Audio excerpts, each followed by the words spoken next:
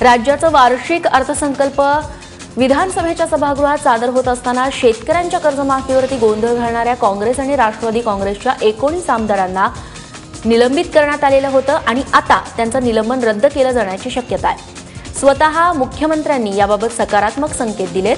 अर्थसंकल्पादरम्यान शेतकरी कर्जमाफीसाठी विधिमंडळामध्ये गदारोळ घातल्यामुळे आमदारांचं निलंबन करण्यात आलेलं होतं। दरम्यान ही निलंबनाची कारवाई आता मागे घेतली जाऊ शकते। मात्र या कारवाईनंतर विरोधकांनी आक्रमक भूमिका घेत आमदारांचं निलंबन मागे घेण्यासाठी सरकारवरती दबाव निर्माण केला।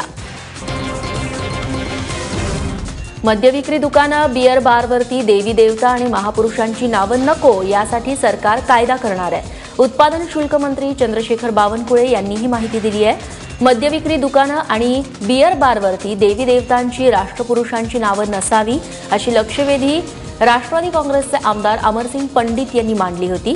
याशिवाय दारूच्या उत्पादनाला शिक्षकाचं नाव नको असा आग्रहही त्यांनी धरलेला होता। भाजपचे आमदार अनिल गोटे यांच्या विधान परिषद बरखास्तीच्या वक्तव्यावरती मुख्यमंत्र्यांनी नाराजी व्यक्त केली आहे। गोटेंचं विधान सभागृहाच्या उंचीला शोभणारं नाही असं मुख्यमंत्री देवेंद्र फडणवीस यांनी गोटेंना सुनावलं। अनिल गोटे यांनी विधान परिषद बरखास्तीची मागणी केल्यानंतर सर्वच पक्षातून टीकेची झोड उठली। त्यानंतर या मुद्द्यावरती मुख्यमंत्र्यांनी विधान परिषदेत निवेदन सादर केलं। यावेळी त्यांनी गोटेंचं वक्तव्य सरकारला आणि वैयक्तिक आपल्यालाही आवडलेलं नसल्याचं सांगितलं।